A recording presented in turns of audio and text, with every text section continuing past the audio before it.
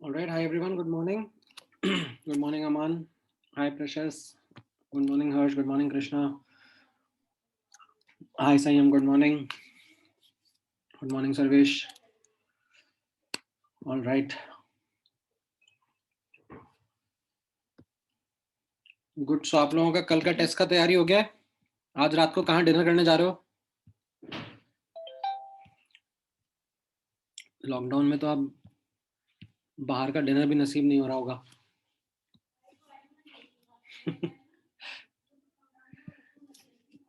When was the last time कि आप लोगों ने ऐसे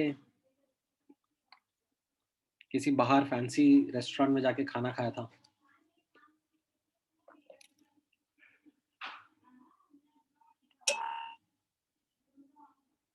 अच्छा, घर पे मंगा लेते हो. ये कृष्णा तो कल ही हो क्या है. Good good. Last Sunday. हाँ, बीच बीच में देखो थोड़ा बहुत रिवॉर्ड करते रहना चाहिए खुद को. प्रायोरिटी डेफिनेटली आपका है अपनी पढ़ाई, अपना एकेडमिक शेड्यूल, अपने होमवर्क, अपना टास्क जो मिलता है आपको. बट बीच बीच में थोड़ा ऐसे अपनी हॉबीज को, अपने इंटरेस्ट को थोड़ा टाइम दे देना चाहिए. ऐसा नहीं कि एकदम सब कुछ छोड़ के बैठ गए. लॉकडाउन के पहले ही गए थे? क्या कह रहे हो ईशान तुम? मतलब तुम्हें ऐसा 1 साल तो नहीं हो गया?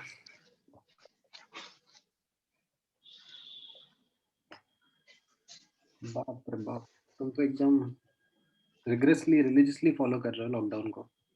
गुड.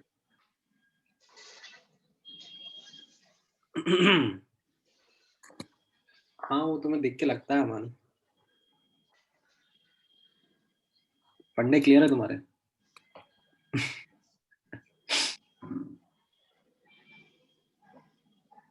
थोड़ा धूप वूप ले लिया करो, विटामिन डी की कमी हो जाएगी. ठीक है.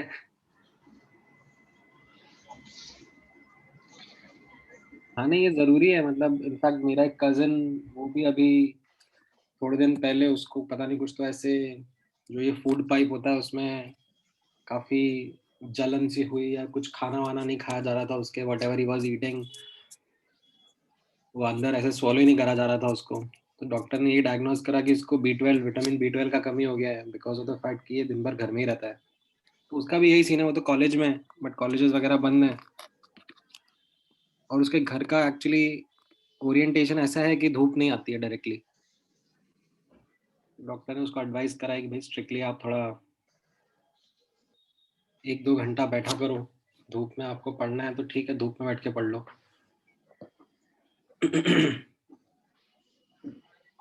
हाँ नहीं नहीं, ये सब आपको लॉन्ग रन में नुकसान दे सकते हैं।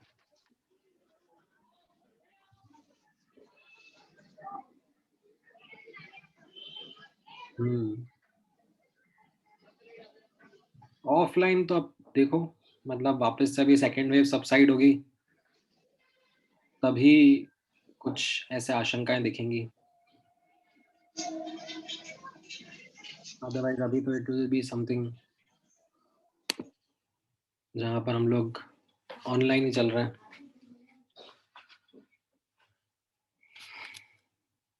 हम्म। ट्रू ट्रू ट्रू, ये तो है। बट ठीक है अभी मतलब लोगों ने ऐसे यूनिक तरीके निकाल लिए हैं इस at the home, work from home, everything at home वाली लाइफस्टाइल में। मतलब they make the best use of the situation that they are given in. मतलब मेरे भी अभी फ्रेंड्स के साथ में मैं भी ऐसे लाइक कई बार ऑनलाइन गेम्स खेल लेता हूँ, ऑनलाइन इंटरेक्शंस कर लेते हैं, तो उसमें थोड़ा थोड़ा टाइम निकल जाता है। बाकी थोड़ा धूप वगैरह का भी ध्यान देके फिटनेस के ऊपर ध्यान दे दो, है ना। मतलब आपका सिटिंग पोस्चर अभी एकदम ऐसे अकड़ गया होगा तो थोड़ा फ्लेक्सिबिलिटी वगैरह पर ध्यान दो। होली इस बार तो है ही नहीं, मतलब like it is something like just नाम के लिए है।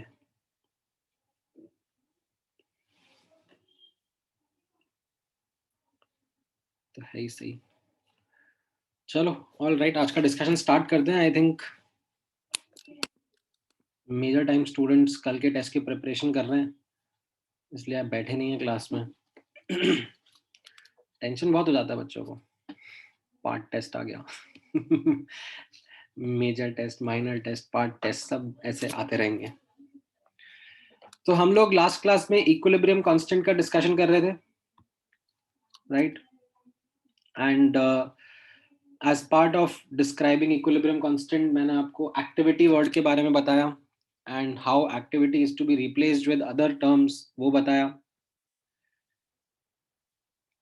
Then factors affecting equilibrium constant देखे थे, जिसमें भी talked about temperature as a factor, the fundamental factor. Details हम लोग उसकी बाद में डिस्कस करेंगे, but some other factors like stoichiometry and units, ये हम लोगों ने जरूर लास्ट क्लास में एक्सप्लोर किया था, दैट हाउ स्टोइशियोमेट्री चेंज करने से इक्विलिब्रियम कांस्टेंट चेंजेस, राइट। इसके ऊपर बेस्ड मैंने आपको कुछ क्वेश्चंस भी दिए थे ट्राई करने के लिए, ठीक है, एफबीओ के क्वेश्चंस थे। उसमें से किसी को कुछ डाउट है, किसी क्वेश्चन में अटके हो, किसी क्वेश्चन में समझ में नहीं आया हो? Question number 2 and question number 19, ठीक है गौतम। क्वेश्चन नंबर 2 में आप नोटिस करोगे तो इसमें आपको इक्विलिब्रियम का अंडरस्टैंडिंग रखना था कि ये जो रिएक्शन है, ठीक है, इस रिएक्शन के लिए बोला जा रहा है इक्विलिब्रियम पर क्या होगा, rate of forward will become equal to rate of backward, ठीक है। तो फॉरवर्ड की रेट आपको क्या दी हुई है, 1.7 into 10⁻18 into H2 into I2। And backward की रेट क्या दी हुई है, 2.4 इंटू 10⁻21 इंटू HI का स्क्वायर, राइट। इक्विलिब्रियम पर ये दोनों बराबर होंगे, राइट, यानी कि HI के कॉन्सेंट्रेशन का square upon H2 and I2 का कॉन्सेंट्रेशन, ये वैल्यू आप निकाल पाओगे, 10⁻18 upon 2.4 into 10⁻21, right. So this will be your K का वैल्यू, है ना, ये K का एक्सप्रेशन हो गया ना। तो इससे आपको k का वैल्यू मिल जाएगा। बट इस रिएक्शन का k नहीं पूछा है, ठीक है, इस रिएक्शन के लिए k पूछा है। इसमें सबको 2 से डिवाइड कर दिया, यानी कि जो आप आंसर रिपोर्ट करोगे वो फिर इसका स्क्वायर रूट लेकर रिपोर्ट करना, ठीक है। हाँ sir. Okay, then 19th question में, 19th was a trick question ना। 19th is a trick question in the sense that इसमें इक्विलिब्रियम कांस्टेंट जो है, value of equilibrium constant, that depends only on के, सॉरी ओनली ऑन टेम्परेचर, ठीक है। तो अगर मैं रिएक्टेंट्स प्रोडक्ट्स का अमाउंट भी कम ज्यादा कर रहा हूँ उससे फर्क नहीं पड़ेगा, जो इक्विलिब्रियम कांस्टेंट है दैट्स अ कॉज, वो चेंज नहीं होगा। ये वैल्यूज क्वांटिटीज इस तरीके से चेंज हो जाएंगी that the expression of equilibrium constant holds true, ठीक है। क्लियर है इधर? ऑल राइट, तो इस तरीके से मैं आपसे एक्सपेक्ट करूंगा, अभी आज भी मैं जो पढ़ाऊंगा उसके बेसिस पे क्वेश्चंस दूंगा, तो वो हाथों हाथ कर लेना, क्योंकि इस चैप्टर में जैसे मैंने आपको बताया है ये चैप्टर काफी इजी है। मतलब थर्मोडायनेमिक्स चैप्टर हैंडल करने के बाद में तो ये बहुत ही पीस ऑफ केक चैप्टर लगने वाला है आपको। पर इस चैप्टर में केयरलेस मिस्टेक करने के एवेन्यूज बहुत ज्यादा होते हैं। मतलब छोटी छोटी चीजों का ध्यान नहीं रखते हैं स्टूडेंट्स, क्योंकि क्वेश्चन का अप्रोच सिंपल सा होता है, तो जल्दबाजी करने में वो कई जगह केयरलेस मिस्टेक्स कर देंगे। मैं आप लोगों को वो केयरलेस मिस्टेक्स एक्सपीरियंस कराऊंगा through examples, through questions that we are going to go. Make sure कि आप भी वो नोट कर रहे हो, हाईलाइट कर रहे हो, that takes care of the kind of careless mistakes that are common to this chapter. हाँ हाँ, वो ट्रिक क्वेश्चंस एंड ऑप्शंस वैसे ही डिजाइन करे जाते हैं ताकि आपकी केयरलेस मिस्टेक्स आपको लगे कि सही चल रही है। All right, now coming back, मैं अब आप लोगों के साथ में types of equilibrium constant explore करना चाहूंगा, ठीक है।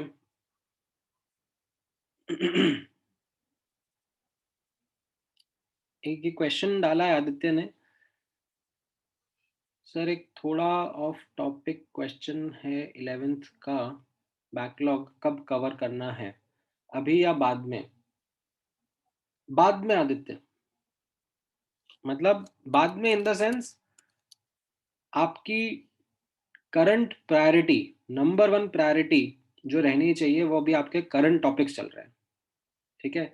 देखो स्टार्टिंग के 6-8 महीने आप लोगों के मान लो एक इनिशियल फेज की तरह निकल गए, ठीक है। उस फेज में आप सेटल हो रहे थे, आपको बोर्ड्स की पढ़ाई के कंपैरिजन में जेई की पढ़ाई कैसे करनी है वो एक अंतर समझ में आने लगा, ठीक है। फिर आपको लाइक ऑब्जेक्टिव क्वेश्चंस की प्रैक्टिस हुई, आपने लाइक प्रॉब्लम सॉल्विंग देखी, easy level, moderate level, difficult level questions कैसे बनते हैं, कैसे उनका अप्रोच डेवलप करना पड़ता है। देन फिर आपने टेस्ट्स का प्रोसेस सेट किया, टॉपिक वाइज टेस्ट, फिर मेजर टेस्ट, लाइक रैंकिंग की आपको अब आदत हुई, आपको अब समझ में आया कि रैंक का कितना इंपॉर्टेंस है, परसेंटेज मार्क्स क्या होते हैं। तो ये सब चीज़ें ना आप स्टार्टिंग के 6-8 महीने का टाइम सेट होने में लग जाता है। एंड अब आप मान के चलो कि आपका 10 महीने का कोर्स और बचा है, ठीक है, ज़्यादा से ज़्यादा, ठीक है। जनरली तो वैसे हर साल अक्टूबर एंड नवंबर में ख़त्म हो जाता है कोर्स, बट आप मान के चलो क्योंकि थोड़ा डिलेड चली हैं चीज़ें, तो नवंबर एंड दिसंबर तक भी खींचेगी चीज़ें, प्रैक्टिकली बोलूँ तो आपके पास मोटा मोटा 10 महीने बचे हैं। और एंड आप मान के चलो आपका 60% से ज़्यादा सिलेबस अभी बचा हुआ है, ठीक है। तो there are a lot of topics and high weightage topics that now need to be covered in. तो आपका पूरा का पूरा फोकस अभी क्लासेस पे रहना चाहिए। जो आपका करंट टॉपिक्स चल रहे हैं वो आपकी नंबर वन प्रायोरिटी होनी चाहिए, उसमें प्रॉपर नोट्स बन रहे हैं, ठीक है। नोट्स में अगर जरूरत पड़ रही है तो आप चैप्टर खत्म होने पे उसकी फॉर्मूला शीट बना रहे हो, जब साथ साथ में होमवर्क उसका प्रैक्टिस कर रहे हो, क्वेश्चंस जो आ रहे हैं उसमें शॉर्ट लिस्टिंग कर रहे हो, डाउट्स रेगुलरली सॉल्व कर रहे हो, ठीक है। एक तो ये मैंने ऑब्जर्व किया है कि अभी बहुत सारे बच्चे क्या ऐसे रिकॉर्डिंग्स पे रिलाय करने लग गए, रिकॉर्डिंग सर लोग भेज देते हैं, पीडीएफ नोट्स मिल जाते हैं, तो वो इतने आलस में, इतने कंफर्ट जोन में चले गए। और वो नेचुरल टेंडेंसी होती है, ठीक है, हमारी नेचुरल ह्यूमन टेंडेंसी होती है to get into comfort zone. तो अगर आपको नोट्स लिखे लिखाए मिल रहे हैं तो आप बोलोगे ना क्या लिखना है, सेम ही तो चीज़ है, क्यों डुप्लीकेशन में टाइम स्पेंड करूँ, राइट। आपको रिकॉर्डिंग मिल रही है तो आपका वापस नेचुरल टेंडेंसी होगा कि मैं अपने हिसाब से कर लूँगा, देख लूँगा, ठीक है। अभी तो जो क्लास में बैठे हैं वो लोग तो I am sure that they are sincere enough, इसलिए के साथ अटेंड कर रहे हैं। बट जो लोग नहीं कर रहे हैं वो पछताएंगे, ठीक है, अभी नहीं थोड़े टाइम बाद पछताएंगे। उनको लग रहा है कि वो बहुत समझदार हो रखे हैं, बट वक्त लेगा उनकी, आने दो वक्त को। तो you need to realize the importance of this regularity and the priority, कि करंट टॉपिक्स हमारी नंबर वन प्रायोरिटी हैं अभी, उसका काम सबसे पहले खत्म करना है। इवन आपके अभी डबल ट्रैक चलते रहेंगे, छह छह टॉपिक एक साथ चलते रहेंगे, बीच बीच में टेस्ट भी आते रहेंगे, but current job, current task deprioritize नहीं होना चाहिए, ठीक है। जैसे मैंने आपको कल सिंसियरली रिक्वेस्ट करा कि केमिकल इक्विलिब्रियम पढ़ाया है, उसके मैं 20-25 मिनट के क्वेश्चन दे रहा हूँ, ट्राई कर लेना। जो करेगा उसको फायदा मिलेगा, जो नहीं करेगा, जो अपना दिमाग लगाएगा, ठीक है, आप लगा लो अपना दिमाग। आपको समझ में आएगा थोड़े टाइम बाद, you will learn some lessons the hard way, ठीक है। चलो, coming back, type of equilibrium constant मैं आपके साथ में डिस्कस कर रहा हूँ नाउ। एज सच ये थोड़ा सा फर्जी सा ही चीज है, ये इस चैप्टर में है क्यों मुझे तो वो समझ में नहीं आता, unnecessarily just like waste of effort है, बट हाईलाइटेड है सब जगह, सब टेक्स्ट बुक्स में, लिटरेचर में हाईलाइटेड है। तो नोटिस करना, एक सिंपल सी फंडामेंटल सी अंडरस्टैंडिंग है कि जब भी आपको किसी रिएक्शन का इक्विलिब्रियम कांस्टेंट लिखना है तो उसमें what you have to do is you have to write down the activity of reactants and products. Now, in order to do the calculations as per our syllabus, हम लोग activity को replace करेंगे. For dissolved species, we replace by them by their molar concentrations, and for gaseous species, we replace by their partial pressures. कोई solid liquid है तो उसको 1 से replace कर देंगे, ठीक है। Now, अब certain cases में, ठीक है, notice करना, in certain cases पूरा का पूरा इक्विलिब्रियम कांस्टेंट मोलर कॉन्सेंट्रेशन के टर्म्स में लिखा जा सकता है। सारी के सारी जो स्पीशीज हैं उनको मोलर कॉन्सेंट्रेशन के टर्म्स में डिस्क्राइब करा जा सकता है। तो जब ऐसा करा जाएगा तो उस इक्विलिब्रियम कांस्टेंट को के सी कहेंगे, ठीक है। हाँ, अमान, आप विकिपीडिया का पेज पढ़ना ऑन केमिकल पोटेंशियल, ठीक है, ऊपर ऊपर से पढ़ना।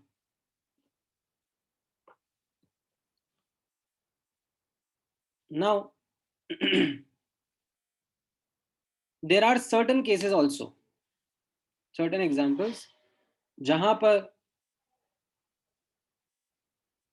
the term of equilibrium constant can be described completely in terms of partial pressure of the species.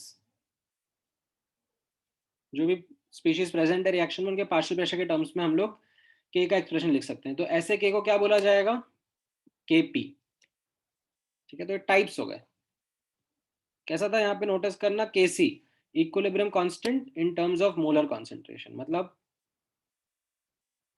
जैसे मान लो ये रिएक्शन है तो इसमें सबके सब एक्वस स्पीशीज हैं, तो इसको मैं के सी बोल दूंगा, ठीक है। We describe the activities of all the species in terms of their molar concentrations, ठीक है। जो सॉलिड है उसकी एक्टिविटी को हम लोग 1 असाइन कर देंगे, ठीक है, समझ में आ रहा होगा, बेसिक है। वैसे ही केपी रहता है, केपी क्या है, equilibrium constant in terms of partial pressure. So यहाँ पर जैसे ये रिएक्शन है तो इसमें सॉलिड की एक्टिविटी को तो 1 असाइन कर देंगे, और जो गैसियस स्पीशीज है उनका पार्शियल प्रेशर यहाँ पे डिस्क्राइब कर देंगे। तो ये पूरा एक्सप्रेशन पार्शियल प्रेशर के टर्म्स में हो गया, इसको क्या बोलेंगे, केपी, ठीक है। ये वाला एग्जाम्पल नोटिस कर लो, ठीक है। नाउ ये तो बेसिक्स हो गए, ठीक है। अब आप नोटिस करना, आपके दिमाग में डेफिनेटली क्वेश्चंस आ रहे होंगे कि कब केसी लिखना है, कब केपी लिखना है, कैसे पता पड़ेगा, तो वो चीज़ isn't something which is a tricky thing. ठीक है, यहाँ पे मैं कुछ पॉइंट्स आपके सामने लिख दूंगा तो आपको वो क्लैरिटी आ जाएगी। जैसे आप नोटिस करना, पहला पॉइंट, केसी हम लोग नहीं लिख सकते हैं जब रिएक्शन में both aqueous and gaseous species present होंगी, तब मैं केसी नहीं लिख पाऊंगा। तब मेरा जो के रहेगा वो नॉर्मल जनरल के रहेगा, जिसमें एक्वस स्पीशीज की एक्टिविटी उनके मोलर कॉन्सेंट्रेशन से रिप्लेस होगी एंड गैसियस स्पीशीज की एक्टिविटी उनके पार्शियल प्रेशर से। ठीक है, वैसे ही केपी के बारे में जब मैं बात करूंगा तो केपी हम लोग कब लिख पाएंगे? केपी लिखने के लिए पूरे रिएक्शन में एटलीस्ट एक तो गैसियस स्पीशीज होनी चाहिए एंड कोई भी एक्वस स्पीशीज नहीं होनी चाहिए। ठीक है, there shouldn't be any aqueous species. Aqueous species हो गई तो फिर से गड़बड़ हो जाएगा, like you won't be able to write K C और केपी। ठीक है, आपको फिर अपना रेगुलर के, जो ऊपर मैंने ऐसे जिंक और HCl वाले रिएक्शन का लिए लिखा था, वैसे ही जनरल फॉर्म में लिखना पड़ेगा। अच्छा, अब कुछ ऐसे रिएक्शंस भी होंगे, ठीक है, जिनके लिए आप केसी केपी दोनों लिख सकते हो, लाइक केसी भी लिख सकते हो, केपी भी लिख सकते हो। ठीक है, पता नहीं क्यों ये नॉनसेंस क्रिएट करी गई है, बट है अच्छा खासा चीजों को फालतू में कॉम्प्लिकेट करने की कोशिश कर देते हैं कई बार। कैसे, आप यहाँ पे नोटिस करना, जैसे ये एग्जाम्पल है अमोनिया गैस बनने का, N2+3H2 गिविंग 2NH3। अब इसमें आप नोटिस करोगे ठीक है, रिलेशनशिप में इनका बाद में एक्सप्लोर करता हूं आपके लिए। ठीक है, यहाँ पे नोटिस करना कि ये N2+3H2 गिविंग 2NH3 है। अब हम लोग Kp तो डिफाइन करेंगे ही सही इसका। हाँ हाँ, हम जितना पढ़ रहे हैं सब आइडियल गैसेस के लिए पढ़ रहे हैं। We are assuming everything to be ideal only.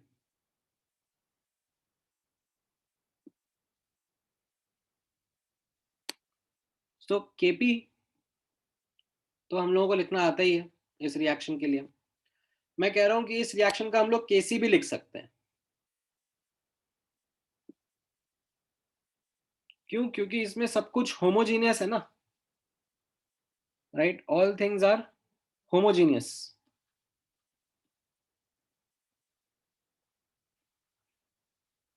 Uniformly mixed है। तो अगर मेरे पास वेसल था, वेसल में N2 गैस है, H2 गैस है, अमोनिया गैस है, राइट, उनके लिए मैं ये मोलर कॉन्सेंट्रेशन भी डिफाइन कर सकता हूँ। ठीक है, so I can write Kc as well as Kp for this reaction।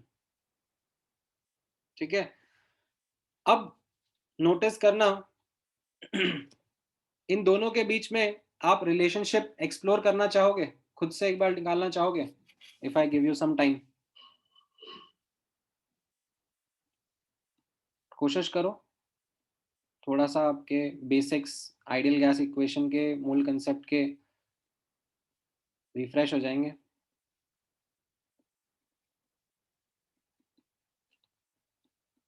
Relationship between Kp and Kc। ठीक है, इनफैक्ट मैं रिलेशनशिप लिख देता हूँ, Kp is equal to Kc into RT raise to the power of delta Ng। ठीक है, relationship है। चलो आप एक बार कोशिश करो, अगर आप खुद से डिराइव कर पाते हो क्या।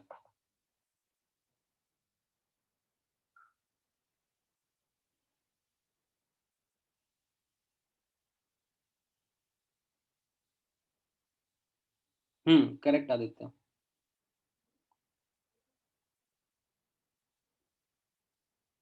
देखो, अगर आप ये रिलेशनशिप आइडेंटिफाई कर पाते हो क्या, आपको मैं थोड़ी सी हेल्प यहाँ पे कर दी है, दैट पार्शियल प्रेशर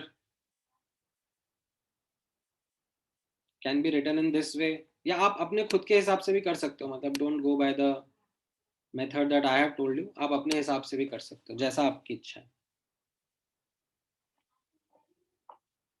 ठीक है, मैंने थोड़ा सा एडिशनल लिखा है इस तरीके से ताकि कुछ और रिजल्ट्स भी मैं डिराइव करके आपको दिखा सकूं, जो कि हम लोग कई बार फ्यूचर में यूज करेंगे, बट आप खुद भी ये रिलेशनशिप इजीली फिगर आउट कर सकते हो।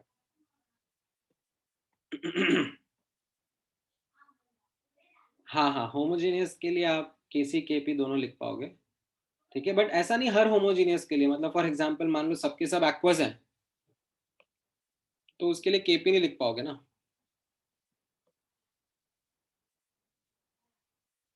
केपी के लिए at least one gaseous species should be there.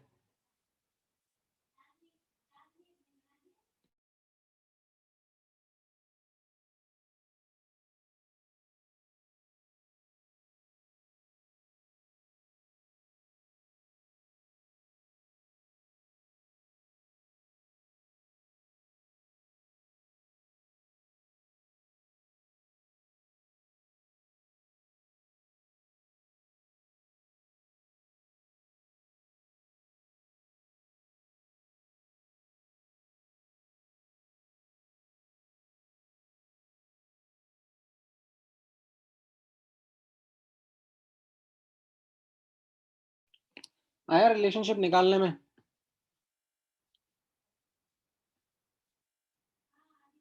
दिक्कत नहीं आएगी, मतलब जैसे फॉर एग्जांपल आप लोग यहाँ पे नोटिस करोगे, जैसे आपकी इच्छा है वैसे आप वर्क कर सकते हो, it's not really a problem. आप केपी से स्टार्ट करके केसी की तरफ जा सकते हो, केसी से स्टार्ट करके केपी की तरफ आ सकते हो।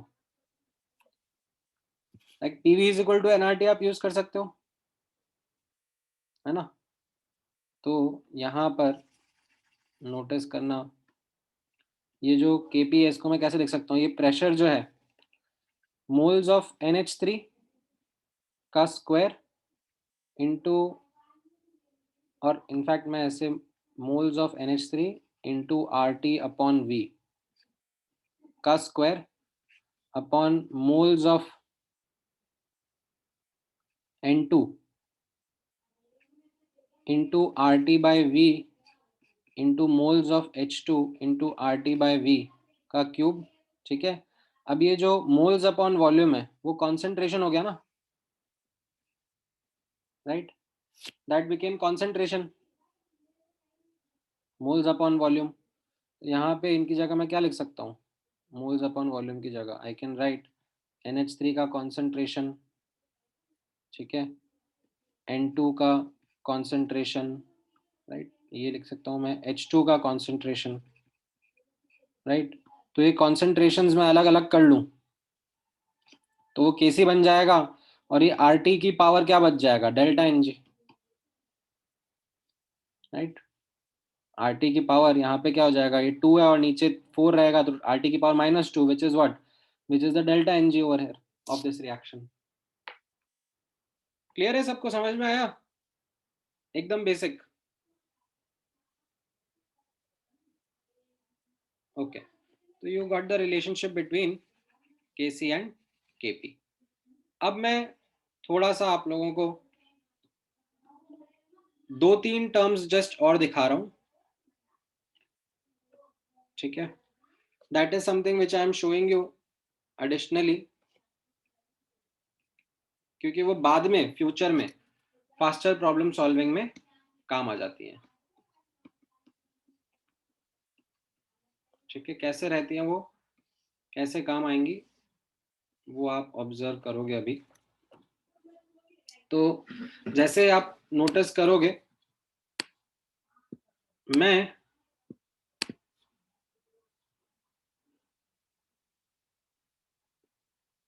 पार्शियल प्रेशर को mole fraction into total pressure लिख सकता हूं, है ना। ये डाल्टन्स लॉ था ना, partial pressure is mole fraction into total pressure. तो अब इस केपी के एक्सप्रेशन में सारे पार्शियल प्रेशर्स को मैं ऐसे लिख दूंगा, मोल फ्रैक्शंस इनटू टोटल प्रेशर। तो ये कैसा बनता जा रहा है, ये सारे मोल फ्रैक्शन एक जगह इकट्ठे कर लिए और पी टोटल का टर्म अलग कर दिया। तो यहाँ पे नोटिस करना दैट ये क्या रिलेशनशिप बना, KP is equal to K X into P total raise to the power of delta NG। KP और ये के एक्स क्या हो गया, K X is the same expression as KP, but in terms of mole fractions. ठीक है, Kp जो है उसको हम लोग इक्विलिब्रियम कांस्टेंट बोलते हैं। Kp is the equilibrium constant in terms of partial pressure. But ये जो Kx है ये कोई इक्विलिब्रियम कांस्टेंट नहीं है। ठीक है, ये बस एक ऐसा एक्सप्रेशन है जो कि K जैसा दिखता है एंड मोल फ्रैक्शन के टर्म्स में लिखा जाता है। ठीक है, एंड P टोटल आपको समझ में आ गया होगा, it is the total pressure at the equilibrium. ठीक है, उसी तरीके से आप यहाँ पे नोटिस करना, ये जो राइट हैंड साइड वाला पार्ट है जिसमें हम केसी के बारे में बात कर रहे हैं, तो केसी में कैसा है, हम लोग कई बार और सिंप्लीफिकेशन या और अदर एक वर्जन कैसे लिख सकते हैं, molarity is moles upon volume. तो मैंने क्या करा है यहाँ पर, सारे के सारे कॉन्सेंट्रेशन में मोल अपॉन वॉल्यूम कर दिया, मोल्स को एक तरफ कर दिया और वॉल्यूम को एक तरफ कर दिया। ठीक है, मोल्स को एक तरफ कर दिया और वॉल्यूम को एक तरफ कर दिया। और अब ये जो मोल्स वाला पार्ट था उसको मैंने लिखना शुरू कर दिया Kn, और ये V की power minus delta N G हो गया। ठीक है, नोटिस करना है V की power minus delta N G आएगा क्योंकि ये अपॉन V में था ना यहाँ पे, मोल्स अपॉन वॉल्यूम। ठीक है, so you will get this Kn into V की power minus delta N G. अब ये Kn क्या है, देखो Kn is not an equilibrium constant but a similar expression of K in terms of moles. ठीक है, जो Kc है वो हमारा इक्विलिब्रियम कांस्टेंट है इन टर्म्स ऑफ मोलर कॉन्सेंट्रेशन। ये Kn जो है ये जस्ट मैंने ऐसे लिखा है to just simplify the moles वाला पार्ट, दैट मोल्स का ऐसा एक्सप्रेशन है which is similar to what K is, but it is not suppose to be called as an equilibrium constant. ठीक है, अब मैंने इतनी वेरिएशन क्यों लिखी है, क्यों बताइए, ये आपको विद टाइम समझ में आएगा। ठीक है, जैसे जैसे मैं आप लोगों को प्रॉब्लम्स बताऊंगा, factors affecting equilibrium like pressure volume, ये इक्विलिब्रियम को कैसे अफेक्ट करेंगे। ठीक है, इक्विलिब्रियम कांस्टेंट को तो इफेक्ट नहीं करते हैं बट इक्विलिब्रियम को इफेक्ट करते हैं, तो उस टाइम पर ये सब एक्सप्रेशंस मैं आपके सामने फिर से यूज करूंगा। ठीक है, सो आई थिंक, और ये रहा केपी केसी का रिलेशनशिप, तो इसको मैं हटा देता हूँ, ये मैंने ऊपर ही लिख दिया आप लोगों के लिए, केपी केसी का रिलेशनशिप कैसा रहेगा। ठीक है, तो इतना बेसिक अंडरस्टैंडिंग आपको क्लियर हो गई, what is Kc, what is Kp, and what is the relationship between Kp and Kc। ठीक है, इसमें एक केयरलेस मिस्टेक समटाइम स्टूडेंट्स ऐसा कर देते हैं कि वो कंफ्यूज हो जाते हैं लिखते लिखते, कि हम लोग मतलब ऐसे कई बार वो ऐसे Kc is equal to Kp into R T raise to the power of delta N G ऐसे लिख देते हैं, मतलब ये P और C में स्वैप कर देते हैं, गड़बड़ हो जाती है उनसे, तो वो ध्यान रखना कि ये गलत हो जाएगा। ठीक है, and you can like make up your own ways of trying to remember this. ठीक है, मुझे कैसे याद रहता है, मतलब मेरे को तो ऐसे ये P फॉर पॉजिटिव और ये डेल्टा एन जी यहाँ पर पॉजिटिव, लाइक इस तरीके से रहता है ये KP, और ये RT की power delta N G positive रखना है तो KP PP ऐसे करके मैं कुछ तो एक कनेक्शन बैठा लेता हूँ। ठीक है, अब वो एक इंडिविजुअल लेवल की बात है। ठीक है, आप भी कुछ ऐसा एक कनेक्शन बैठा सकते हो which can make you remember this, कि हाँ मतलब कभी ऐसे गलती से केयरलेस मिस्टेक ना हो। हाँ, कुछ भी बना लो तुम, चलेगा। कटप्पा कटप्पा, पता नहीं कहाँ से तुम्हें कटप्पा दिख रहा है यहाँ पे बट ठीक है, तुम्हें दिख रहा है, तुम्हारे लिए it works, I am more than happy. All right, ठीक है, सो ये एक्सप्रेशन समझ में आया आप लोगों को। ओके, तो आफ्टर दिस अब हम लोग इस चैप्टर के न्यूमेरिकल पार्ट्स में अब जाते हैं, जहां पर we will understand applications of equilibrium constants. ठीक है, एक एक करके समझते हैं। सबसे पहली application is in terms of predicting the direction of reaction to attain equilibrium. What I mean by this is, let's say मैं एक इक्विलिब्रियम एनालाइज कर रहा हूं। ठीक है, स्टार्ट में अगर मैं आपको रिएक्टेंट दे दूं और प्रोडक्ट नहीं दूं, राइट? तो आप बोलोगे कि ठीक है, इसमें तो रिएक्शन थोड़ा फॉरवर्ड जाएगा, फिर इक्विलिब्रियम अटेन कर लेगा, ठीक है? 10% जाएगा, 20% जाएगा, 30% जाएगा, वो हम कैलकुलेशंस वगैरह में देखेंगे, बट एक बेसिक आइडिया हमें ऑलरेडी क्लियर है कि ये फॉरवर्ड जाके इक्विलिब्रियम अटेन करेगा। अगर let's say I would have started from product, ठीक है, रिएक्शन वेसल में मैंने प्रोडक्ट से स्टार्ट किया, कोई रिएक्टेंट नहीं है, तो भी आप कमेंट कर सकते हो कि ये रिएक्शन बैकवर्ड जाकर इक्विलिब्रियम अटेन करेगा। बट अगर मैं both reactants and product introduce करूं, कुछ क्वांटिटी में रिएक्टेंट है, कुछ क्वांटिटी में प्रोडक्ट है, ठीक है, then in which direction will the reaction proceed to attain equilibrium? That is something which we can calculate using equilibrium constant. कैसे? यहाँ पर आप एक्सप्लोर करेंगे। We calculate something called as reaction quotient. What is reaction quotient? Reaction quotient is the same expression as K, but with activities of species corresponding to any given time. Equilibrium constant क्या होता था? Equilibrium constant में activities of species was written at equilibrium, ठीक है? But किसी non equilibrium time पे, किसी general time पे, अगर मैं इक्विलिब्रियम कांस्टेंट का एक्सप्रेशन लिखता हूं, तो उसको हम लोग क्यू या रिएक्शन कोशेंट बोलते हैं, ठीक है? यहाँ पे देख लो, जैसे फॉर एग्जांपल ये A+2B इज गिविंग 3C है, ये रिएक्शन है। तो किसी जनरल टाइम पर अगर मैं K का एक्सप्रेशन लिख रहा हूँ, like C⁻3, A⁻1, B⁻2, and ये किसी जनरल टाइम T पर है, तो इसको हम लोग क्या बोलते हैं? Reaction quotient Q, and K was at equilibrium only. तो अगर अब हम Q और K की वैल्यूज कंपेयर करेंगे, तो हमें पता पड़ जाएगा दैट किस डायरेक्शन में रिएक्शन जाकर इक्विलिब्रियम अटेन करेगा।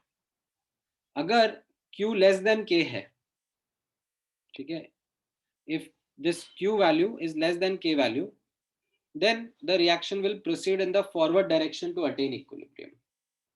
कैसे पता? क्योंकि Q K से छोटा है एंड इसेंशियली Q को अप्रोच करके K की तरफ जाना है, right? That is what the equilibrium is. Q K की तरफ जाना चाहेगा, तो क्योंकि ये छोटा है तो इसको बढ़ना पड़ेगा। अभी कैसे बढ़ पाएगा? न्यूमरेटर बढ़ा के डिनोमिनेटर घटा के। न्यूमरेटर बढ़ाएगा कैसे, डिनोमिनेटर घटाएगा कैसे? फॉरवर्ड रिएक्शन करके। फॉरवर्ड रिएक्शन करेगा तो रिएक्टेंट्स कंज्यूम हो जाएंगे, डिनोमिनेटर कम हो जाएगा, प्रोडक्ट्स बढ़ जाएंगे, मतलब न्यूमरेटर बढ़ जाएगा, तो ओवरऑल क्यू का वैल्यू बढ़ के के की तरफ अप्रोच करेगा, ठीक है? So you can easily understand that Q, if it is less than k, then the reaction will proceed in forward direction to attain the equilibrium. If q is more than k, तो q को अपनी value कम करनी रहेगी ताकि वो k के बराबर आ पाए। वैल्यू कम कैसे होगी? न्यूमरेटर कम होके डिनोमिनेटर बढ़ा के। न्यूमरेटर कैसे कम होगा? रिएक्शन बैकवर्ड जाएगी, ठीक है? सी से ए और बी बनेंगे, तो न्यूमरेटर कम हो जाएगा, डिनोमिनेटर बढ़ जाएगा, क्योंकि वैल्यू कम हो जाएगी, reaction will proceed in the backward direction. और अगर क्यू के के बराबर है, then the condition of equilibrium is there, ठीक है? So by calculating Q and comparing it with the value of K, you can get an idea of the direction in which the reaction will proceed to attain equilibrium, ठीक है? तो ये एक simple सा हमारा first application हो गया, ठीक है? ऑलराइट, चलो ये क्वेश्चन बताओ मुझे, इसका आंसर आप कैलकुलेट करके दो मुझे, क्या रहेगा?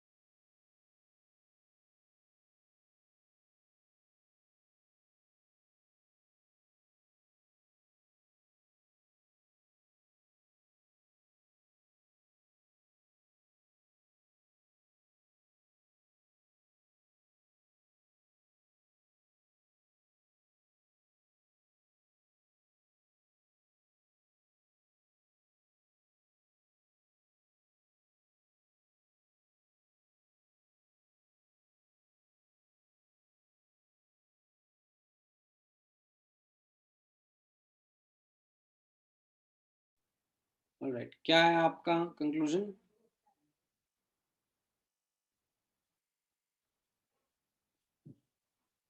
केयरलेस मिस्टेक्स तो नहीं कर रहे ना?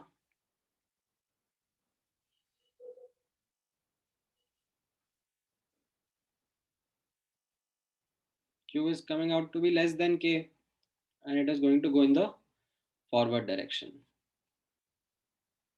ठीक है, कुछ कुछ बैकवर्ड भी आए आंसर्स, तो देखना कहाँ पे गड़बड़ हुई। आई एम श्योर आपने गड़बड़ करी होगी, यहाँ पर वॉल्यूम से डिवाइड नहीं करा होगा। आपको कॉन्सेंट्रेशन लिखनी है ना, यहाँ पे 1 मोल दे दिया सबका, 1 मोल ईच। ठीक है, मोल्स तो मैं कुछ भी दे सकता हूँ ना, ये तो गिवन क्वांटिटीज हैं, तो इनको हम लोग इक्विलिब्रियम या रिएक्शन कोशेंट के एक्सप्रेशन में डालेंगे, तो ये 1/2 1/2 1/2 इनकी कॉन्सेंट्रेशन हो जाएगी। ठीक है, दिस इज समथिंग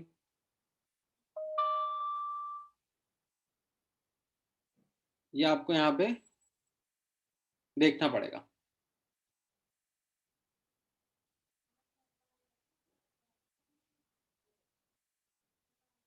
हाफ इसलिए है ना, हाफ इज द कॉन्सेंट्रेशन, 1 मोल, और वॉल्यूम 2 लीटर दिया है ना इस वेसल का, तो कॉन्सेंट्रेशन कितनी हो गई? 1/2। ठीक है, don't forget to divide by the volume and write the concentration over here. ये आएंगे धीरे धीरे, केयरलेस मिस्टेक्स आप फिगर आउट करोगे, तो इससे Q का वैल्यू हाफ आ जाएगा, and when you will compare it with the value of K was 1, तो Q लेस देन K मतलब reaction will proceed in the forward direction to attain equilibrium. ठीक है, alright, next.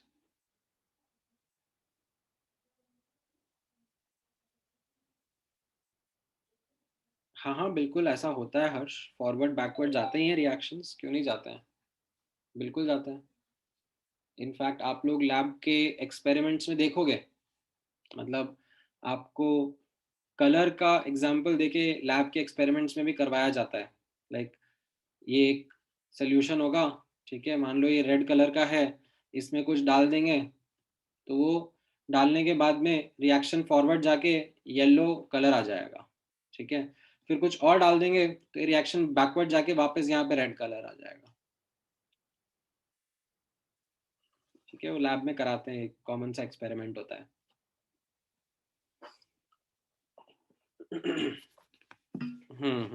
Correct. Okay, next application देखना, यहाँ पर next application है that is calculating extent of reaction. आधा kg H2S, बाप रे बाप, सड़ा दिया होगा तुमने तो पूरा लैब को।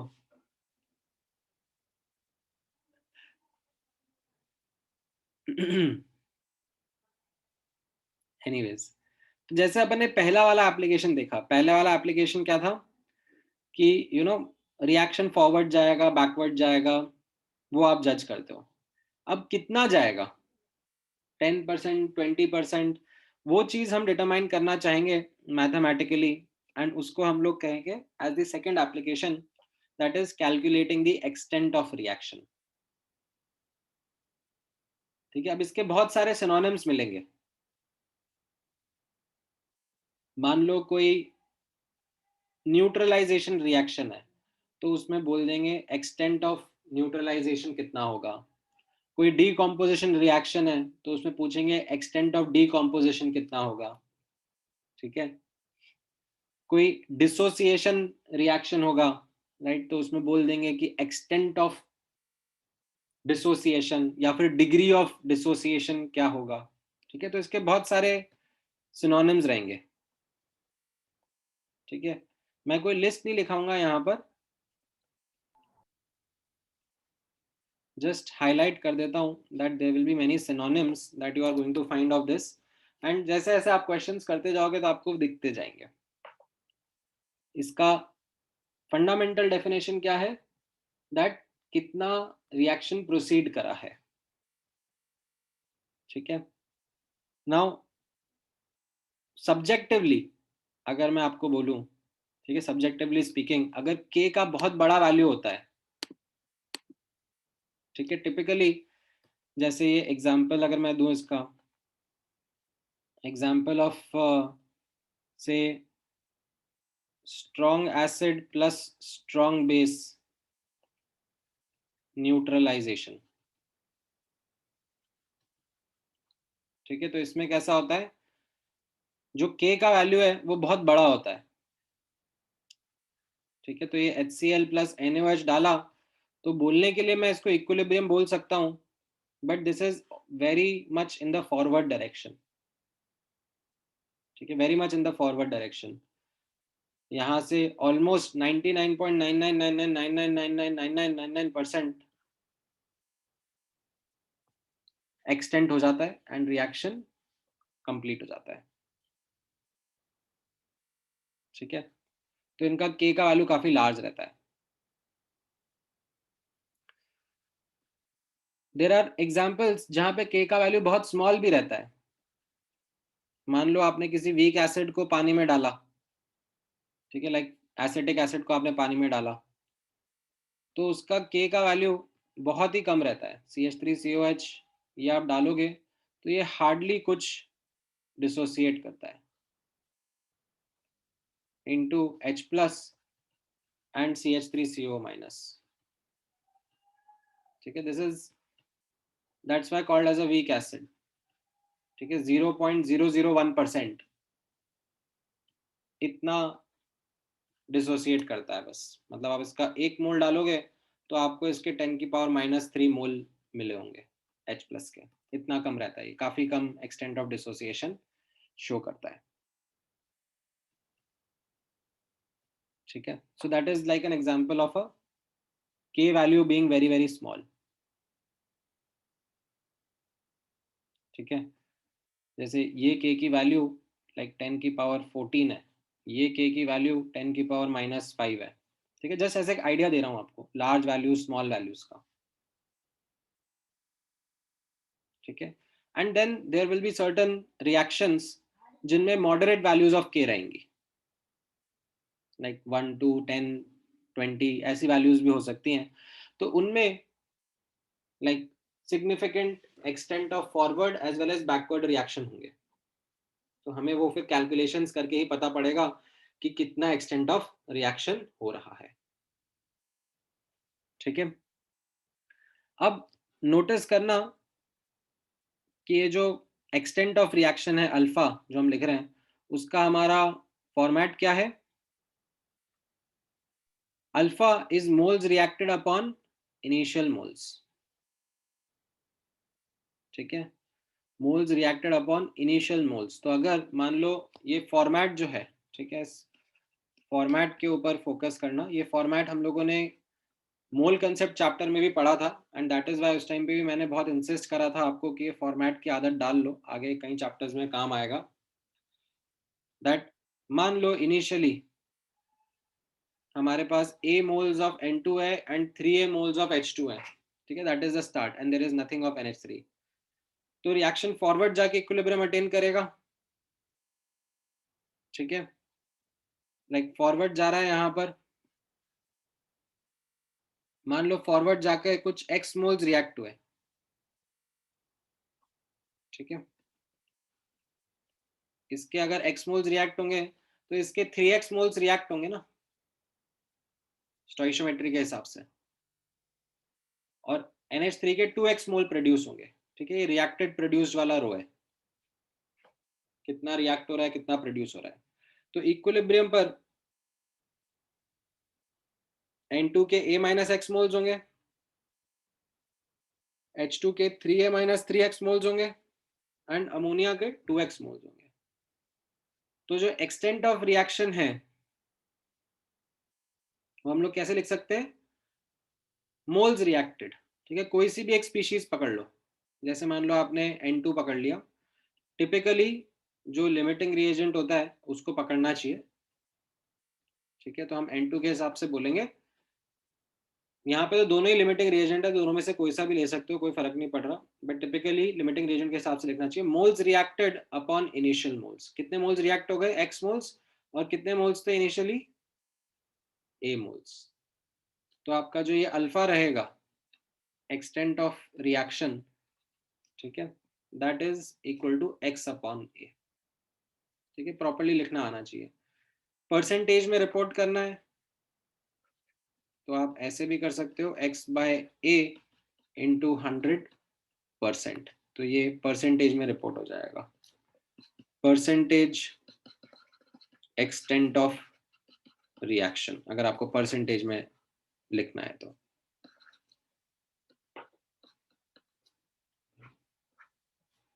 ठीक है, इतना पार्ट समझ में आया कि ये लिखते कैसे हैं एक्सटेंट ऑफ रिएक्शन. अब मैं क्वेश्चन कराऊंगा, क्वेश्चन करा के आप लोगों को एक आइडिया दूंगा कि कैसे इसको वर्कआउट करना है. But format is something which is very very important for you to follow in future questions, ताकि कंसिस्टेंट अप्रोच बनेगा आपका. ठीक है, ऑलराइट. तो आप कुछ क्वेश्चंस देखते हैं इस पे. ठीक है, ऑल्दो ये वाला पार्ट भी नोटिस कर लो, जो ये एक्सटेंट ऑफ रिएक्शन वाला है, इसमें आप ये नोटिस कर लो.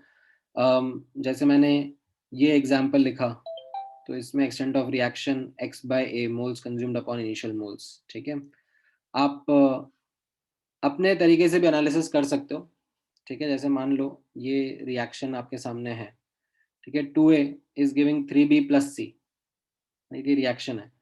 स्टार्ट में मान लो a मोल्स हैं और इसके x रिएक्ट कर रहे हैं. ठीक है, तो यहाँ पे like what I wanted to show you is just notice the stoichiometry. ठीक है, एंड द एनालिसिस फॉर्मेट. ठीक है, उसके ऊपर आप फोकस करना. तो यहाँ पर I could have written this 2a giving 3b plus c. तो ये a है, 0 0 है. अब इसमें से मैंने लिख दिया कि x मोल्स कंज्यूम हो रहे हैं. तो फिर यहाँ पे मुझे क्या लिखना पड़ेगा, 3x by 2 and x by 2 produce हो रहे हैं. ठीक है, मैं इस तरीके से भी लिख सकता था. ठीक है, आई कुड हैव रिटन यहाँ पर -2x मोल्स कंज्यूम हो रहे हैं. तो यहाँ पर फिर मैं लिखता कि +3x and +x moles produce हो रहे हैं. क्यों? By looking at the coefficients. ठीक है, अब जिस तरीके से मैं लिख रहा हूँ उस तरीके से प्रॉपरली फिर मुझे एक्सटेंट ऑफ रिएक्शन भी लिखना चाहिए. एक्सटेंट ऑफ रिएक्शन क्या होता है? ठीक है, फॉलो द डेफिनेशन. ठीक है, यहाँ पर फॉलो द डेफिनेशन.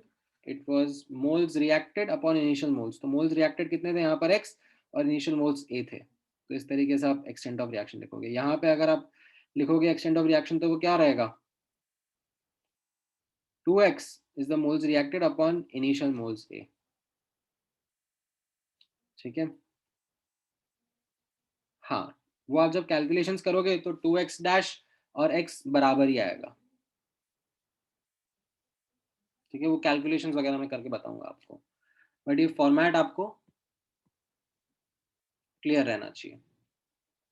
ठीक है, समटाइम्स यहाँ पर हम लोग क्या करते हैं, directly use alpha in the analysis.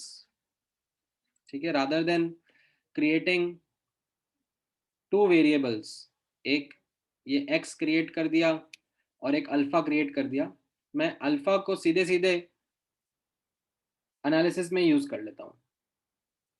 ठीक है, तो यहाँ पर नोटिस करना, ये a goes to b plus C है. इनिशियली इसका लेट से a मोल्स है, ये 0 0 है. तो मैं इक्विलिब्रियम पे लिख सकता हूँ ये a 1 minus alpha, a alpha and a alpha. ठीक है, तो जो मेरा एक्सटेंट ऑफ रिएक्शन रहेगा आप नोटिस करोगे वो क्या रहेगा, a अल्फा अपॉन a, और ये a कैंसिल आउट हो गया है ना. मोल्स रिएक्टेड कितने थे? a alpha upon initial moles a थे, राइट. तो यहाँ पे नोटिस करा आपने कैसे मैंने अल्फा को मेरे फॉर्मेट में इनकॉर्पोरेट कर लिया है. ठीक है, रादर देन मतलब creating a variable x and then writing alpha as x upon a, मैंने वो अल्फा को इधर ही एम्बेड कर दिया. समटाइम्स वो फास्टर कैलकुलेशन में काम आ जाता है.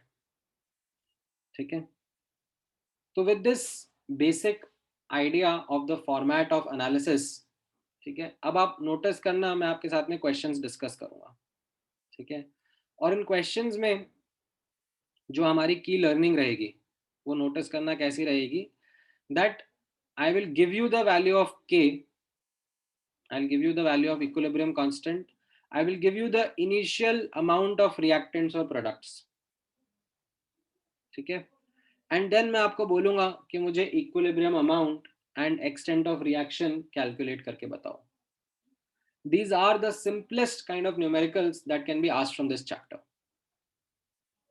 कि आपको k दे देंगे, इनिशियल अमाउंट दे देंगे और फिर इक्विलिब्रियम अमाउंट निकालना होगा, ठीक है. एक दो बार आप इन क्वेश्चन से कंफर्टेबल हो गए तो मैं थोड़ी सी चीज़ों को घुमा दूंगा, मतलब मैं आपको इक्विलिब्रियम अमाउंट दे दूंगा, ठीक है, और फिर बोलूंगा कि इससे आप इनिशियल अमाउंट बता सकते हो क्या, कितना होगा, या इक्विलिब्रियम कांस्टेंट बता सकते हो क्या कितना होगा, ठीक है. इन्हीं के बीच में जगल करता रहूंगा, ठीक है, थोड़ा थोड़ा लैंग्वेज चेंज करके. तो वही हम लोगों को प्रैक्टिस करनी है, ठीक है. जैसे आपके सामने ये एक क्वेश्चन है, ठीक है, बेसिक क्वेश्चन है एकदम. रिएक्शन दे दिया A aqueous plus B aqueous giving C aqueous, ठीक है, सबका कोफिशिएंट 1 1 1 है, बैलेंस्ड इक्वेशन है, और इसका इक्विलिब्रियम कांस्टेंट दे दिया 2 मोलर इनवर्स, ठीक है. तो इक्विलिब्रियम कांस्टेंट का डेटा दे दिया, केसी का डेटा दे दिया, और आपको इनिशियल क्वांटिटी के बारे में आइडिया दे दिया कि इन सब का कैसा है, दैट ए और बी तो है ही नहीं, there is no A and B, and we are just starting with C. 1 mole of C से स्टार्ट कर रहे हैं इन अ 2 लीटर वेसल. तो अब आपको पता है कि रिएक्शन बैकवर्ड जाके इक्विलिब्रियम मेंटेन करेगा, ठीक है. कितना बैकवर्ड जाएगा, कितने मोल्स रहेंगे, क्या कॉन्सेंट्रेशन रहेगी ए बी की सी की एट इक्विलिब्रियम, वो आपको अब ट्राई करना है,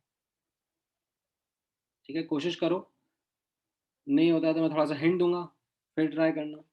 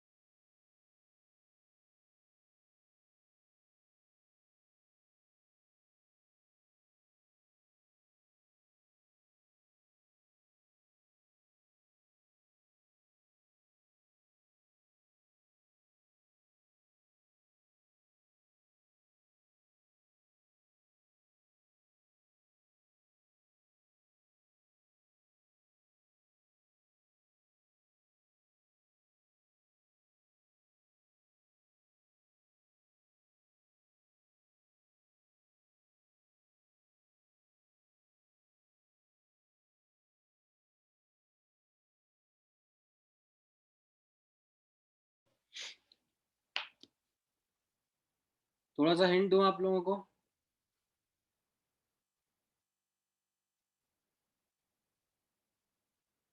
हाँ, इरेशनल आंसर है, अच्छा आंसर नहीं है.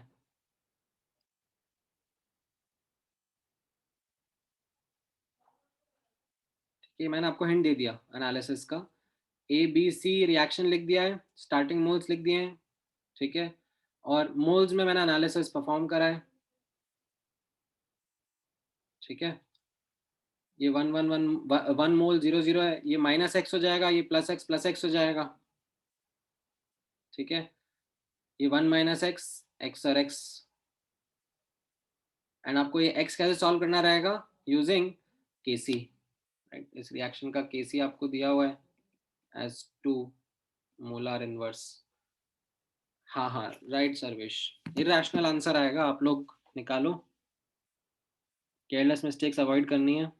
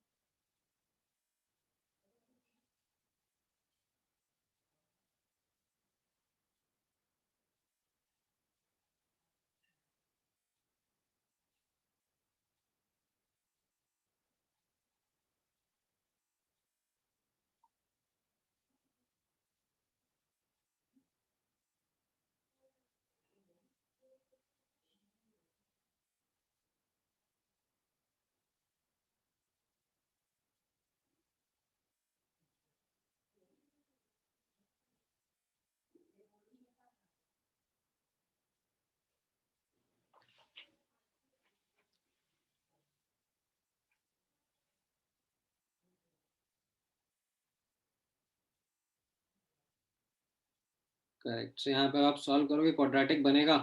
ठीक है, आप यहाँ पे केयरलेस मिस्टेक कर रहे होगे दैट ये मोल्स में है। ठीक है, again the analysis is in moles यहाँ पर। ठीक है, बट वॉल्यूम से डिवाइड मत करना भूलना यहाँ पर। ठीक है, Kc will be equal to 1 minus x upon 2 x by 2 x by 2। ठीक है, एंड इसमें कई बार स्टूडेंट्स ऐसा भी करते हैं कि रिएक्शन बैकवर्ड जा रहा है तो वो लोग वो k का रेसिप्रोकल वैल्यू यूज करने लग जाते हैं। ठीक है, वैसा भी मत करना। डू नॉट डू दिस कि रिएक्शन बैकवर्ड जा रहा है तो k का उल्टा वैल्यू यूज करेंगे, बिल्कुल भी नहीं। आपके सामने जो रिएक्शन लिखा हुआ है उसका k is product upon reactants। product is whatever on the right hand side, reactant is whatever is on the left hand side।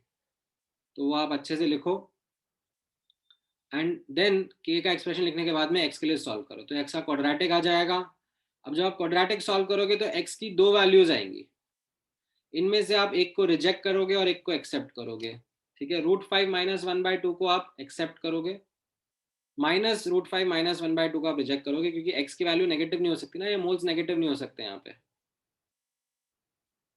ठीक है, तो आपका ये वैल्यू ऑफ x करेक्ट है, इसको आप एक्सेप्ट करोगे, √5 माइनस 1/2। आफ्टर डूइंग दिस, ठीक है, don't leave just by finding x, क्योंकि मैंने आपसे x की वैल्यू नहीं पूछी है, मैंने आपसे ये ABC इक्विलिब्रियम कॉन्सेंट्रेशंस पूछी है। ठीक है, तो don't forget to divide by the volumes again.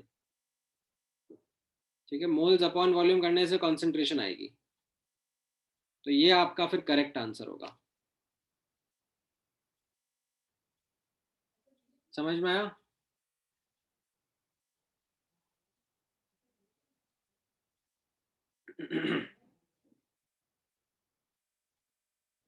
ठीक है,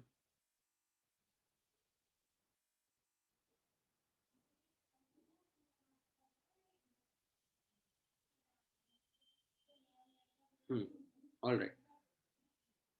चलो एक और क्वेश्चन ट्राई करते हैं। ठीक है, यही सेम ऐसे रिएक्शन है, A plus B is giving C and इस टाइम मैंने आपको डेटा दे दिया कि 2 मोल्स हैं। ठीक है, A B C तीनों के 2 मोल्स ईच आर प्रेजेंट और Kc इसका 2 है, वॉल्यूम 2 लीटर है। ठीक है, Kc इज 2, मैं यूनिट्स भी डिस्क्राइब कर देता हूँ, मोलर इनवर्स। ठीक है, एंड अब आपको कैलकुलेशन करनी है। केयरलेस मिस्टेक कर रहे हो, सही हम।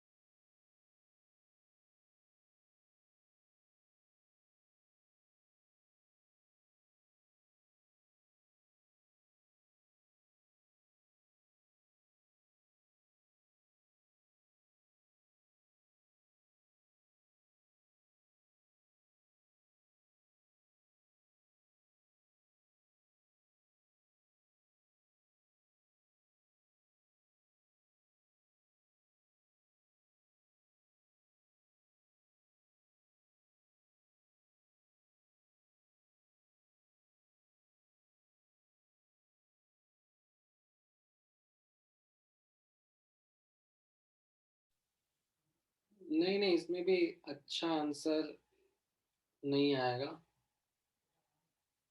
आई थिंक इरेशनल आंसर आएगा।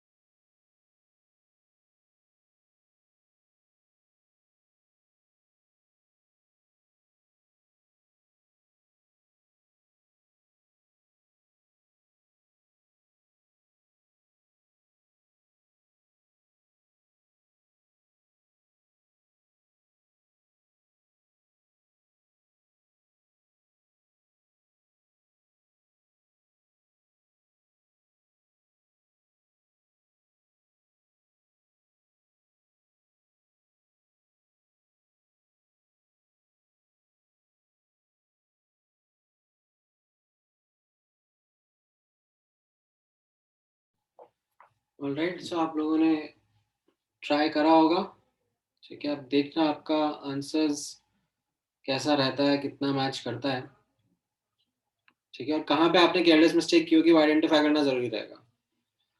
तो स्टार्टिंग में ए बी सी इनके 2 मोल्स दिए हुए हैं ईच, ठीक है। एंड आप मोल एनालिसिस करना चाहोगे। नाउ रिएक्शन फॉरवर्ड जाएगा या बैकवर्ड जाएगा वो आप क्यू की मदद से निकाल सकते हो। बट इवन इफ आप ये वाली एक्सरसाइज नहीं करो, ठीक है, you don't do this exercise Q निकालने का, तो भी चलेगा। मतलब लाइक यू अज्यूम फॉरवर्ड जाएगा एंड जब आंसर आएगा तो आपको पता पड़ जाएगा आपका अजम्पशन करेक्ट था कि इनकरेक्ट था, ठीक है। अगर करेक्ट हुआ तो ठीक है, इनकरेक्ट हुआ तो मतलब बैकवर्ड जा रहा होगा रिएक्शन। सो कोई ऐसा बड़ा दिक्कत नहीं है। बट चलो यहाँ पे क्योंकि हमें वो पता है कि कैसे हम लोग डायरेक्शन डिटरमाइन कर सकते हैं, तो मैं क्यू और के का वैल्यू कंपेयर कर लेता हूँ। If I compare the Q and के का वैल्यू, तो क्यू का वैल्यू यहाँ पर 1 आ रहा है विच इज लेस देन के, ठीक है। के का वैल्यू यहाँ पर दिया हुआ था in the question, K is given to you as 2। तो क्यू का वैल्यू के से कम आ रहा है, मतलब फॉरवर्ड जाएगा, तो ठीक है। अगर फॉरवर्ड जाएगा तो ये 2 जो दिए हुए हैं स्टार्ट में, रिएक्ट प्रोड्यूस कितना होगा, ये -x और ये +x हो जाएगा, है ना, ठीक है। देखना यहाँ पर आपने डेफिनेटली कहीं कहीं पर कुछ कुछ केयरलेस मिस्टेक करी होंगी, वो आप फिगर आउट करो क्या गड़बड़ करी है। तो इक्विलिब्रियम में ये 2 - x, ये 2 - x और ये 2 + x होगा, ठीक है। डोंट जस्ट राइट x, ये 2 था ना इनिशियली, तो 2 + x लिखना पड़ेगा ना। ये केयरलेस मिस्टेक कर देते हैं स्टूडेंट्स, ठीक है। तो ये आपका एनालिसिस हुआ। अब सॉल्विंग की बात आएगी, सॉल्विंग में भी गड़बड़ कर देते हैं। Don't forget to divide by the volume, ठीक है, क्योंकि कॉन्सेंट्रेशन यूज करने हैं यहाँ पर, ठीक है। तो यहाँ पर आप नोटिस करोगे केसी का expression will be moles upon volume raised to the power of 1, moles upon volume, moles upon volume raised to the power of 1। And ये करोगे तब इसके बाद में क्वाड्रेटिक बनेगी, और उस क्वाड्रेटिक को आप सॉल्व करोगे तो आपके दो आंसर्स आएंगे, एक 5 +√17/2, एक 5 - √17/2, ठीक है। इनफैक्ट यहाँ पे दोनों वैल्यूज ऑफ एक्स पॉजिटिव ही हैं, एक 5 +√17/2, एक 5 - √17/2 है, दोनों एक्स की वैल्यूज पॉजिटिव ही हैं, ठीक है। तो इसका मतलब मैं एक्सेप्ट रिजेक्ट कौन से करूं वैल्यूज, मैं यहां पर सब्स्टिट्यूट करके देखूंगा जो मेरा इक्विलिब्रियम में मोल्स थे, राइट। एंड 2 - x नेगेटिव नहीं आना चाहिए ना, तो फिर मैं ये वाली वैल्यू को रिजेक्ट कर दूंगा 5 +√17/2, क्योंकि ये वैल्यू को सब्स्टिट्यूट करने पे 2 - x नेगेटिव आ जाएगा, मेरे मोल्स नेगेटिव आ जाएंगे, वो हो नहीं सकता। तो I will accept this 5 - √17/2 as my answer, ठीक है। अब एग्जाम में आपको √17 का वैल्यू दे देंगे, बोल देंगे 4.1, ठीक है। √17 को 4.1 ले लो या 4.2 ले लो और फिर सॉल्व कर लो, ठीक है। तो उससे आप ये x का वैल्यू निकालोगे, और x का वैल्यू आंसर नहीं है अभी, वापस से नोटिस करना, जो इक्विलिब्रियम कॉन्सेंट्रेशन है वो पूछा था, ठीक है। तो substitute the value of x and don't forget to divide by the volume to give you the concentrations, ठीक है। बहुत सारे एवेन्यूज थे जहां पे आपने केयरलेस मिस्टेक्स करी होंगी। आई होप वो एवेन्यूज आप आइडेंटिफाई कर रहे हो, क्योंकि मुझे किसी ने भी सही आंसर नहीं दिया है, सर। हाँ सर वो 5 + √17 रिजेक्ट करने का रीजन एक बार वापस बता सकते हैं? हाँ बिल्कुल, आप इस वैल्यू को सब्स्टिट्यूट करोगे इन आर मोल एनालिसिस, तो चलो सी के लिए तो फिर भी फाइन लग रहा है, 2 बड़ी वैल्यू आ गई, हो सकता है होगी हो। बट आप ए और बी में सब्स्टिट्यूट करोगे तो नेगेटिव मोल्स आ जाएंगे ना ए और बी के। हाँ सर, ठीक है ओके थैंक यू सर। ठीक है, that is why we rejected this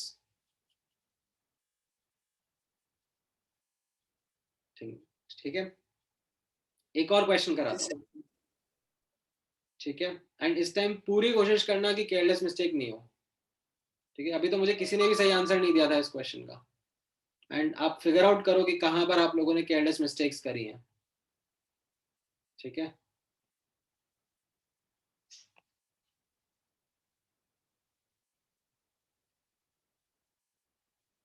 okay. मैं आप लोगों को एक क्वेश्चन दूं और ट्राई करने के लिए। ये वाला क्वेश्चन, चलो ठीक है।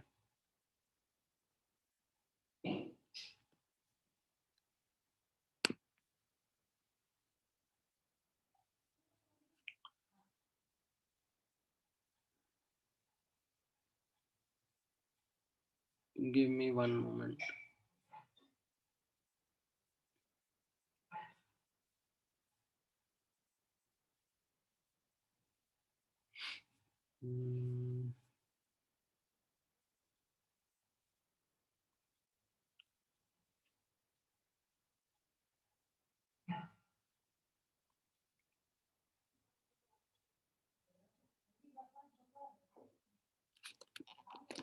चलो ये वाला क्वेश्चन ट्राई करो। ठीक है, इसमें थोड़ा सा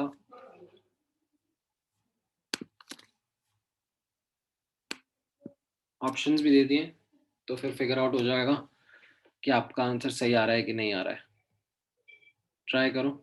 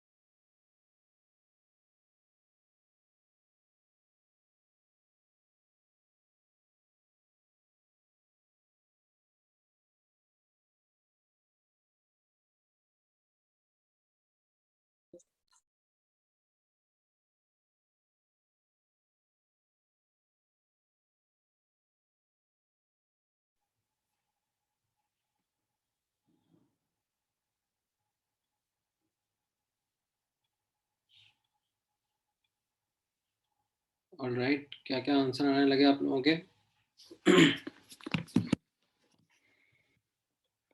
ठीक है, A plus 2B is giving C। ठीक है, एंड सब की सब गैशियस स्पीशीज ही है। राइट, आपको स्टार्ट में क्या बोला जा रहा है? That 1 mole of A and 1.8 mole of B है, एंड C है नहीं। अब इसमें से कुछ x रिएक्ट होगा, इसमें से 2x रिएक्ट होगा और ये x प्रोड्यूस होगा। तो ये 1 माइनस एक्स, 1.8 माइनस 2x और ये x हो जाएगा। अब x को सॉल्व करने के लिए क्या बोला जा रहा है?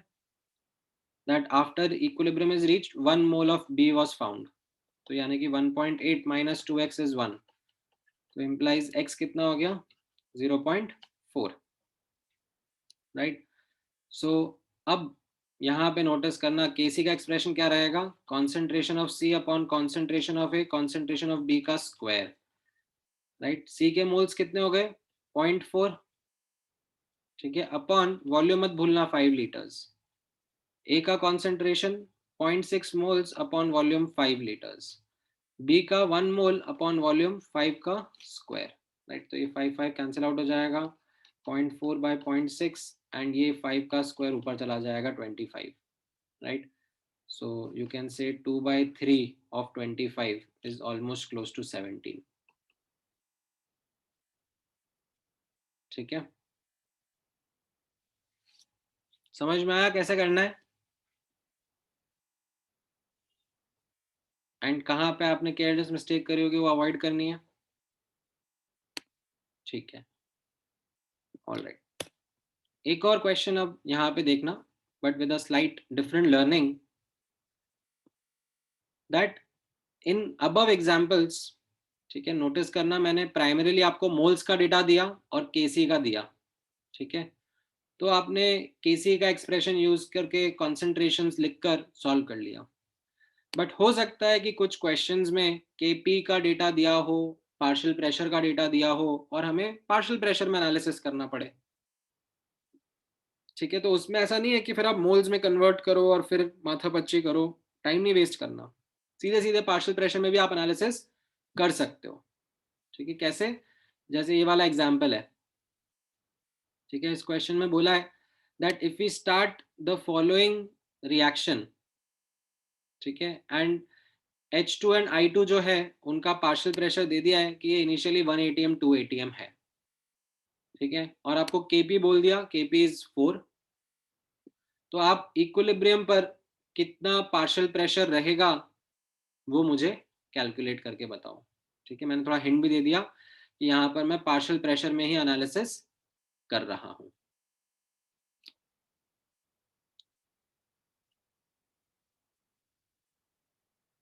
ठीक है, ट्राई करो।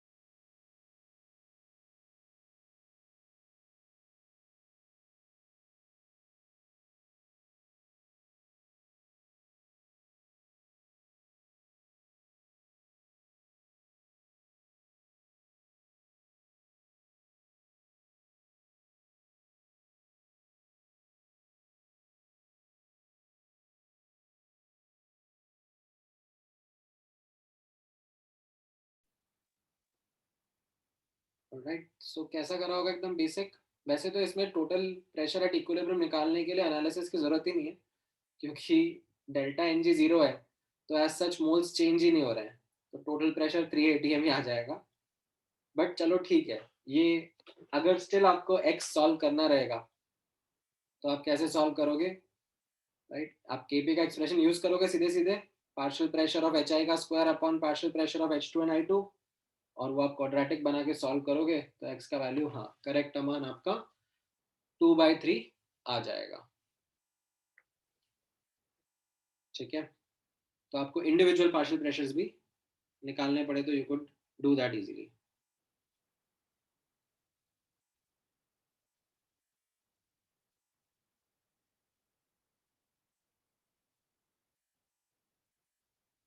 ठीक है।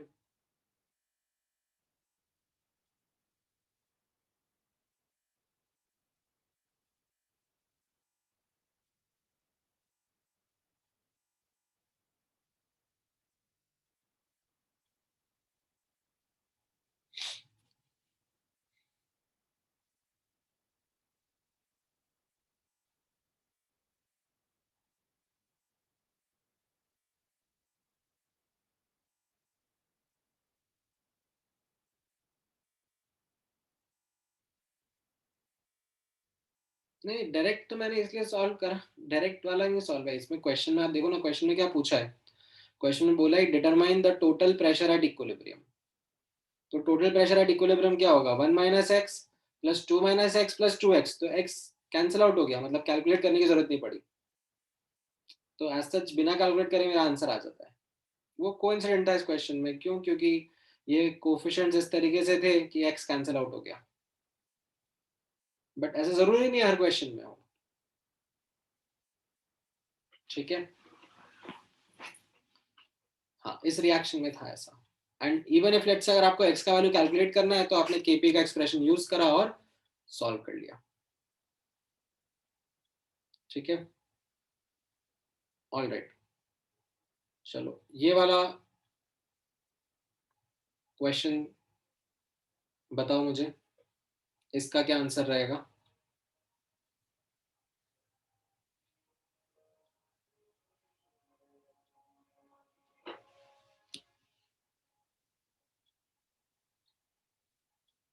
हाँ, यहाँ पे टोटल प्रेशर में बस x कैंसिल आउट हुआ ना। अगर मैं मान लो आपसे पूछ लेता कि इंडिविजुअल प्रेशर, पार्शियल प्रेशर कितने हैं डिफरेंट डिफरेंट रिएक्शन स्पीशीज के, तो फिर आपको x कैलकुलेट करके आंसर देना ही पड़ता ना।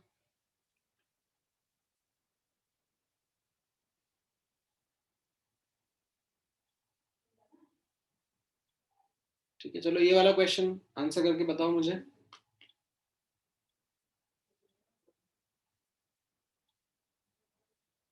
क्या आ रहा है, कैसा आ रहा है?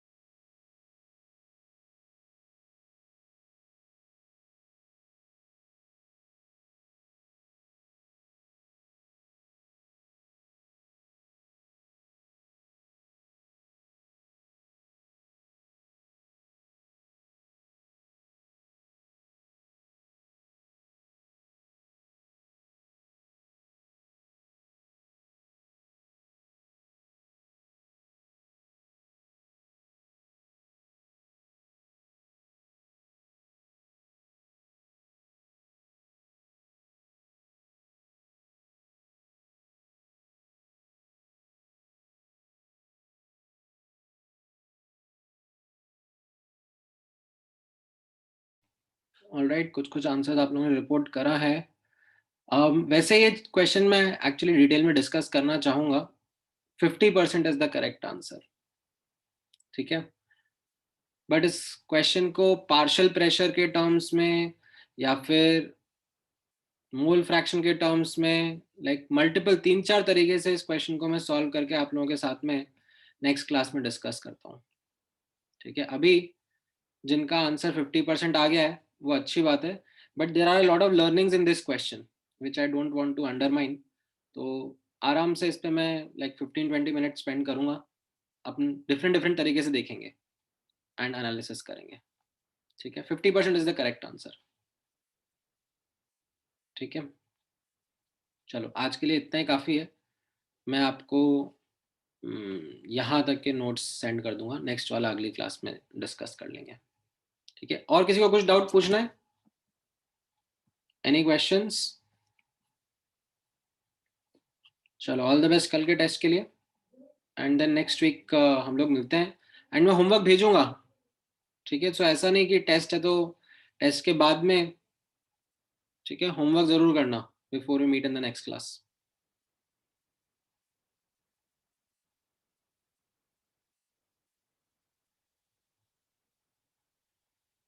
हाँ, अरे नहीं नहीं, मेरे ट्रैक के आगे भाई इनऑर्गेनिक भी शुरू होना है, तो we are actually a little behind in terms of schedule, so don't worry, कर लेंगे, ठीक है। चलो all right guys, thank you, bye bye.